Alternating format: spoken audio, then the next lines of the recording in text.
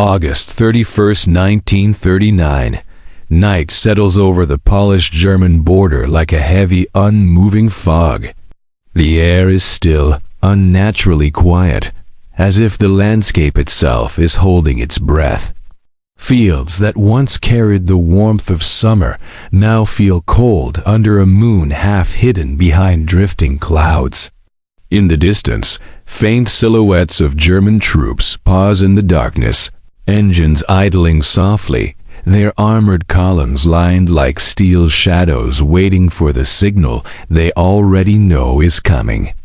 Inside Polish guard posts, lanterns flicker against wooden walls. Young soldiers, some barely older than 20, adjust their helmets, gripping rifles that feel heavier tonight. No one speaks. They all sense it. Something vast and irreversible is about to begin. Along rural roads, families pack small bundles, unsure where to go but certain they cannot stay. Radios hiss across Europe with fragmented news, diplomats rushing in panic, and leaders staring at maps covered in red lines that grow thicker by the hour. You are standing at the edge of a world that is about to tear itself open. And by dawn, the first shots of a global war will be fired. To understand why the world stood on the verge of catastrophe in 1939, you must return to the unresolved trauma of the First World War. 2 decades earlier, Europe had witnessed devastation on a scale it had never seen before. The Treaty of Versailles, signed in 1919, was meant to secure peace, but instead, it left Germany humiliated, economically shattered, and politically volatile. Millions of Germans believed they had been punished beyond reason, their military dismantled, their territory stripped, and their national pride reduced to bitterness. Into this resentment stepped a man who promised restoration at any cost: Adolf Hitler. Throughout the 1930s, Germany began rearming in open violation of the treaty. Factories once silent now roared with production rifles, aircraft, artillery, armored vehicles. The world watched, uneasy but unwilling to confront the reality. In 1936, German troops marched into the Rhineland, a demilitarized zone they were forbidden from entering. Britain and France protested, but their response ended there. Hitler noticed their hesitation and drew his conclusions. 2 years later, in March 1938, Germany absorbed Austria in the Anschluss. No shots were fired. Crowds welcomed German troops with flowers and salutes. Once again, the Western powers issued statements but avoided confrontation. Later that year, Hitler turned toward Czechoslovakia, demanding control of the Sudetenland. At Munich, British Prime Minister Neville Chamberlain handed over the region in exchange for a promise of peace. The promise lasted only months. By March 1939, German forces occupied the rest of Czechoslovakia, exposing the Munich Agreement as a hollow illusion.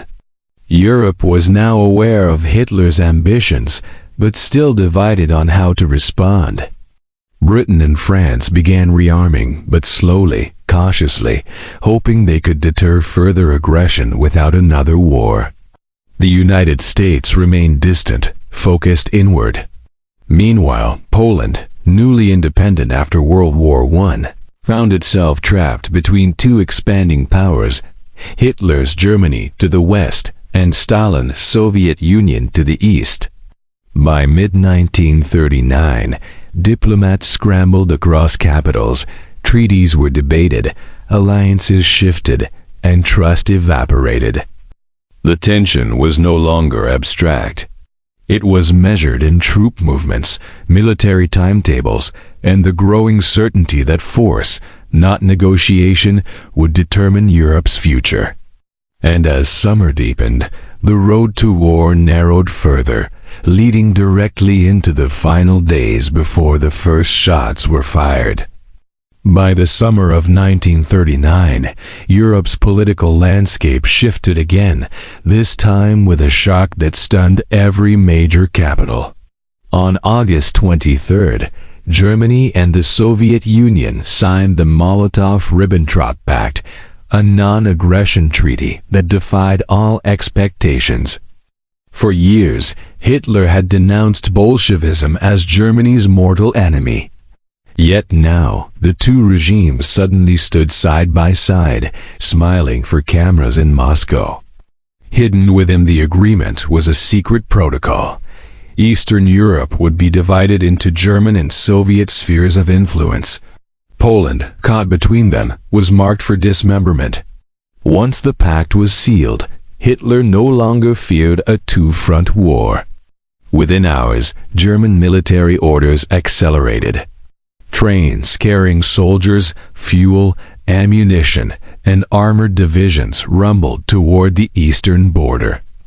Luftwaffe airfields filled with bombers and fighters, engines warming for operations planned down to the last minute. German officers studied maps of Polish cities, rail lines, and defensive positions, preparing for an invasion that had been rehearsed months in advance. Meanwhile, Poland mobilized as best it could. Its army was courageous but under-equipped, facing one of the strongest military machines in Europe. Still, Polish commanders believed they could hold long enough for Britain and France, bound by alliance, to launch an offensive from the west. Across Poland, trenches were dug, anti-aircraft guns installed, cavalry units positioned, and cities prepared for bombardment.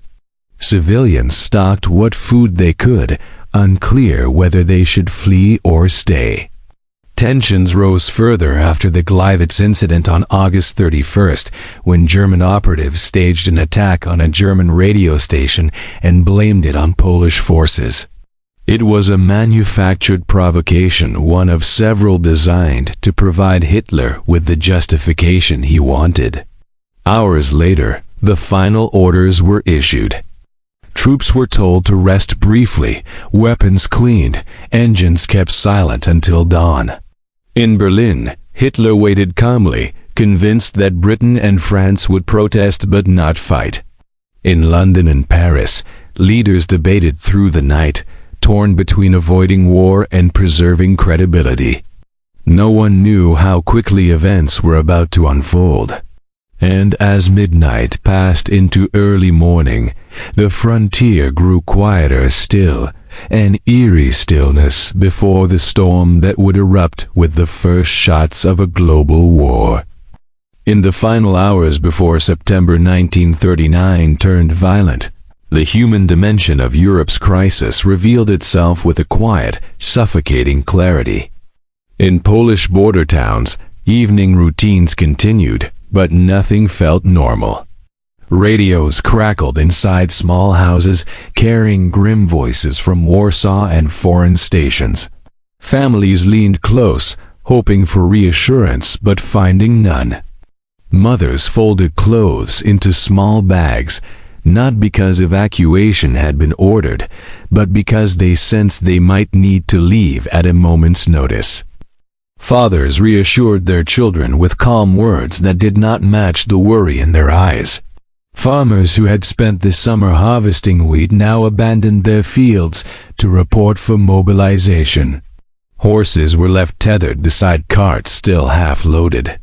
In cities, civilians lined up at shops for salt, flour, and kerosene, unsure whether they were preparing for shortages or simply giving themselves a sense of control. Church bells rang more often than usual, drawing crowds who prayed for a peace they knew was slipping away. Across the German border, a different kind of tension filled military camps. Young soldiers sharpened bayonets, checked ammunition straps, and listened to officers repeat the invasion instructions. Many felt confident in Germany's strength. Others hid their unease behind discipline. They had been told the operation would be quick, decisive, and justified. But as midnight approached, The reality of marching into a sovereign nation weighed heavily on minds that had mostly known only the propaganda of their time. In both countries, millions of ordinary people carried private fears not of strategy or politics, but of what tomorrow might take from them. And those quiet, unspoken worries formed the human shadow behind the war that was about to begin. By late August 1939, the military imbalance between Germany and Poland was no longer just a matter of numbers. It was a clash between two very different eras of warfare. Germany's army, rebuilt in defiance of the Treaty of Versailles, had spent years practicing a new approach that combined speed, coordination, and overwhelming force. This doctrine, later known as Blitzkrieg, focused on rapid armored thrusts supported by close air power. Panzer divisions were equipped with reliable tanks, motorized infantry, radio communication, and a command structure designed for swift decision-making. Above them, the Luftwaffe prepared for a role no air force had executed on such a scale before.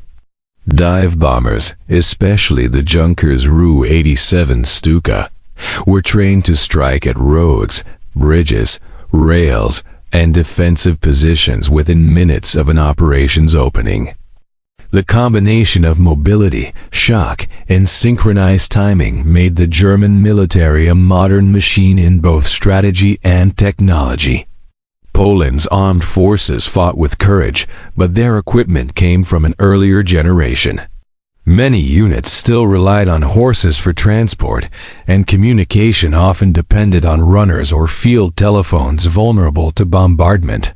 Poland did possess skilled pilots and capable aircraft, such as the P-11 fighter, but they were outclassed by modern German designs. Artillery units were strong but slow to reposition, and the defensive plan spread forces across the country instead of concentrating them for counterattack. The difference between the two militaries reflected more than budgets. It reflected two philosophies. Germany prepared for rapid, decisive war. Poland prepared for a prolonged, defensive struggle. When the invasion began, this technological and doctrinal gap ensured that the first blows would land with devastating speed. Dawn broke on September 1, 1939, not with sunlight, but with the roar of engines and the whistle of falling bombs. At 4:40 a.m., the first German aircraft swept across the Polish border, their shadows stretching over fields still wet with morning dew. Minutes later, Stuka dive bombers screamed downward toward the town of Wilu, a place with no military significance, chosen deliberately to test the psychological impact of sudden, overwhelming air power. Buildings collapsed within seconds.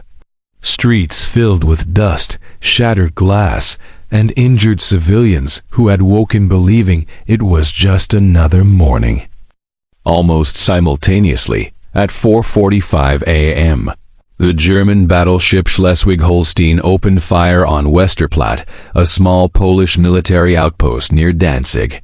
The shells tore into the peninsula, shaking bunkers and lighting the horizon with orange flashes. Polish defenders, heavily outnumbered, took their positions and returned fire with practiced calm. For 7 days they would hold out longer than anyone expected, but on this morning they were the first soldiers to face the full force of the war. Across the frontier, panzer divisions surged forward in coordinated thrusts. Tanks moved quickly along roads marked with white invasion arrows painted during the night. Motorized infantry followed close behind, and reconnaissance motorcycles sped ahead to locate weak points in Polish defenses. Radios crackled with rapid-fire orders, a level of battlefield communication Poland could not match. The German army advanced with precision that stunned even its own officers. Polish border units responded with determination. Cavalry brigades maneuvered toward threatened sectors, Infantry formations dug in behind rivers and defensive lines, and anti-aircraft crews fired desperately at passing bombers. In the air, Polish pilots scrambled their P-11 fighters, climbing into battles they knew were uneven. Their bravery was unquestioned, but their machines were slower, older, outnumbered. As news of the invasion spread, Warsaw's sirens wailed. Government officials activated emergency plans. Train stations filled instantly, and thousands crowded around radio sets to hear the first official announcement. Germany had attacked. Poland was at war. In London and Paris, urgent cables arrived.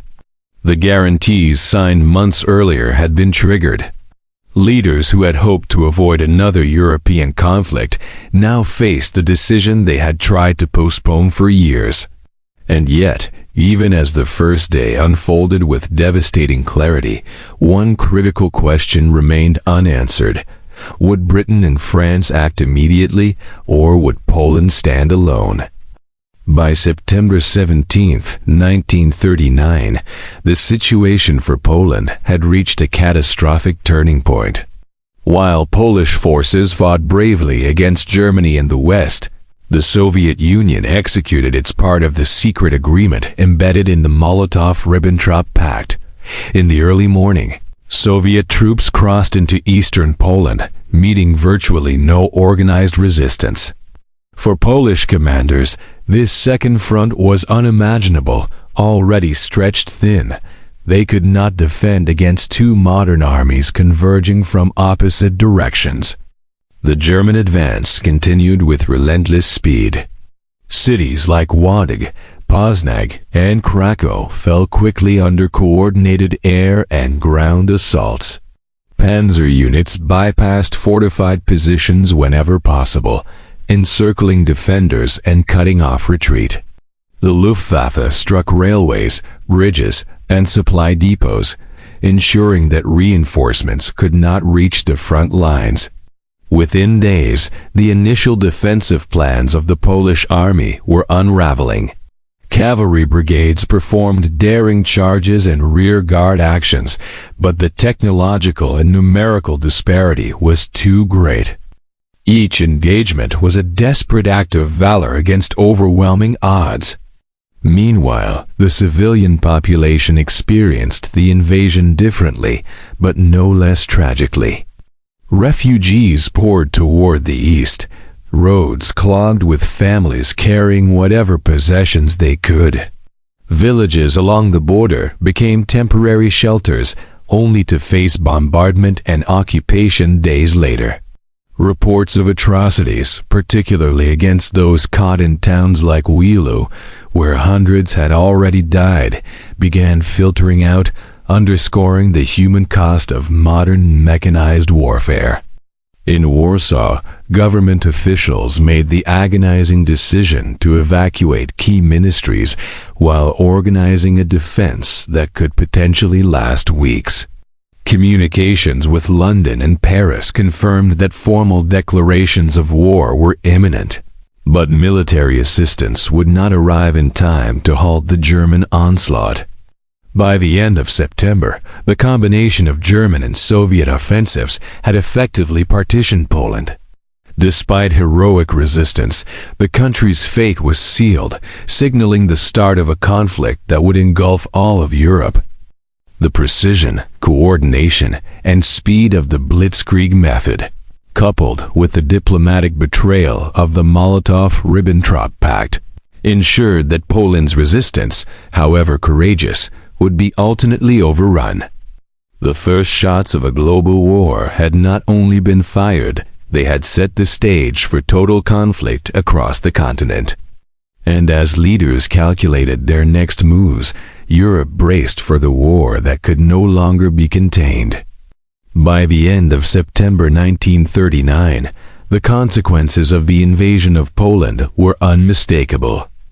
Within just a few weeks, Germany and the Soviet Union had partitioned the country, carving it into zones of control and leaving the Polish government in exile. Cities lay in rubble from relentless airstrikes and artillery barrages, while towns like Wilo remained scarred by the first attacks of the Blitzkrieg. Casualty estimates were grim. Tens of thousands of soldiers and civilians dead, many more wounded, and countless families displaced.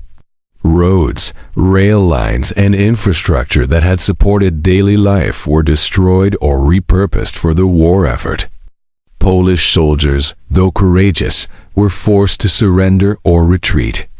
The famed Westerplatte garrison held for 7 days, longer than German planners had anticipated, becoming a symbol of resistance against overwhelming odds. Cavalry units and infantry divisions attempted counterattacks and delaying actions, but the speed and coordination of German armored divisions made these efforts largely futile.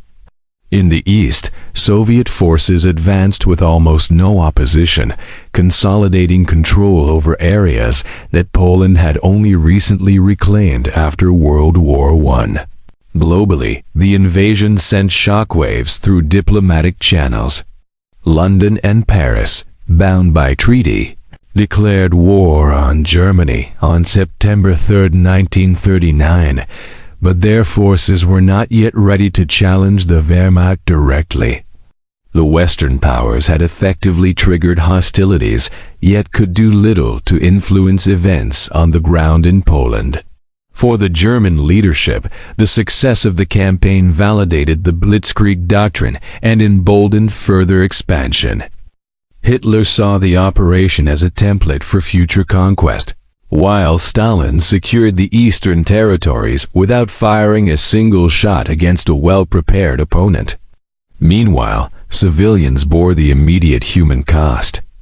Refugees streamed toward neutral borders, fleeing towns and villages now under occupation. Families were separated, possessions lost, and countless individuals faced uncertainty about survival. Reports of atrocities, executions, and forced relocations began to emerge, highlighting that modern warfare no longer spared the non-combatant population. The invasion of Poland had demonstrated that the first shots of a global war were also the first in a total war, where society, cities, and civilians were as much a part of the battlefield as armies themselves. As September progressed, the full implications of Poland's fall became clear. The German-Soviet occupation had not only divided territory but shattered the country's political and military infrastructure. Warsaw faced bombardment, shortages, and occupation, while other cities endured the rapid imposition of German and Soviet authority. Polish command structures were disrupted, and the government fled, first to Romania and later to London, where it would continue the fight in exile. The partition also signaled to the world that Hitler's ambitions extended beyond diplomatic threats. Territorial conquest was now a tangible reality. Britain and France, despite their formal declarations of war, offered minimal immediate assistance. The phony war, or Blitzkrieg, had begun a period in which Western forces were mobilized but largely inactive on the battlefield.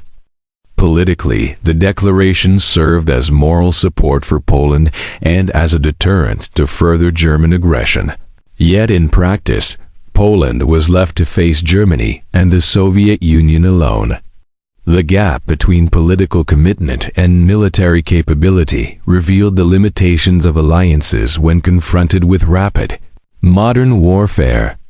Germany, meanwhile, celebrated the campaign as proof of the Blitzkrieg concept. Armored divisions, coordinated airstrikes, and rapid maneuvers had overcome a country many times the size of other early war targets. The speed and decisiveness of the operation reshaped German military confidence and doctrine. In Berlin, Hitler viewed Poland as the first step in a broader campaign that would redefine the European map. The human toll, however, remained staggering. Hundreds of thousands of civilians were displaced, while thousands more became casualties of bombings, executions, or forced relocations. Refugee columns stretched across borders, carrying not only the physical weight of survival, but the psychological burden of witnessing a nation as collapse. The invasion set a precedent for the total war that Europe would endure, highlighting how civilians and soldiers alike were now inseparably linked to the machinery of modern conflict. By the end of September, Poland was no longer a sovereign battleground. It was the stage upon which the first act of World War II had been decisively written. And with the Western powers still untested in direct conflict, the continent braced for the wider war that was now inevitable.